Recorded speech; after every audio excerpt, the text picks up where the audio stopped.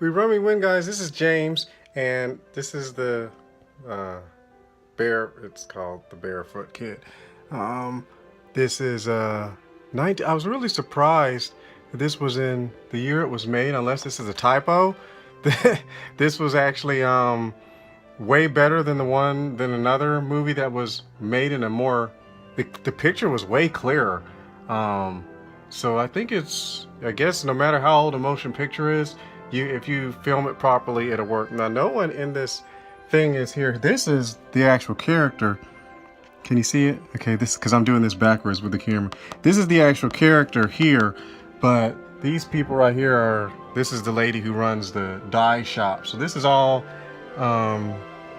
pretty much what that, they're not main characters except for her. But it's good acting, very good acting, very, very, very sad story. So if you don't like sad stories, you probably don't need to be watching this. But it's a really sad story and talks about money and how poor people who want money, they'll just...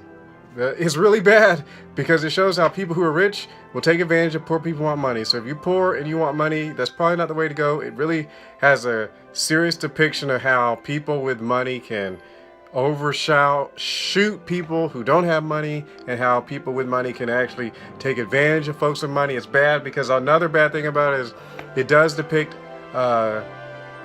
government officers and people not doing what they ought to do to take care of the public, and they just let folks die in the movie. Spoilers.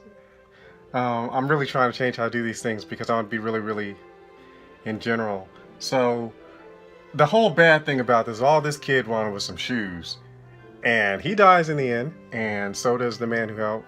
But they kill the bad guy. The bad guy dies in the end. So it's a really violent movie. So if you're one of those people who don't like violence, I mean, I don't know why this is called the Barefoot Kid, because this is like straight up violent. And I saw another motion picture, I couldn't even get through it, that was made about this time too, and they were supposed to be, what's his names, supposed to be teenagers or high school or something. It was like straight up I haven't watched a movie about that had kids in it in a while, so I was like, the dude and the lady are like supposed to be like the main character, but apparently it's this kid. Should have known right from the title, right? But he dies, and they cut off his arm, his hand, and it's like he gets shot with arrows and stabbed, and it's like, this is like... But it was bad because all he wanted was some shoes.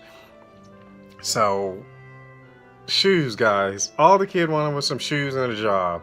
So and it's like they took advantage of the rich people, took advantage of the poor people. They were fighting, killing people. At one point in time, at the beginning, they were like, fight to the death for like 30 taels of silver. And then in the end, this man was throwing gold all over the place. That anybody who kills this person, you can have all this gold. And it was like, poor people, you need to get with God, because this money thing, those people resorting to straight up murder just for money. And it was interesting that everybody on the street ran to go kill this person.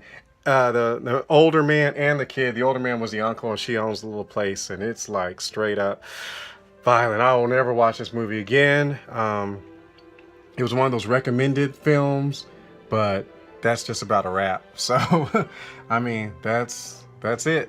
But it was filmed well. I was really surprised how clear it was.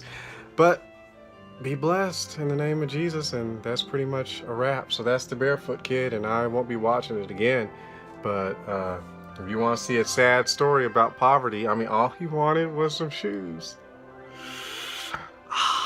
Really sad, really sad, really sad.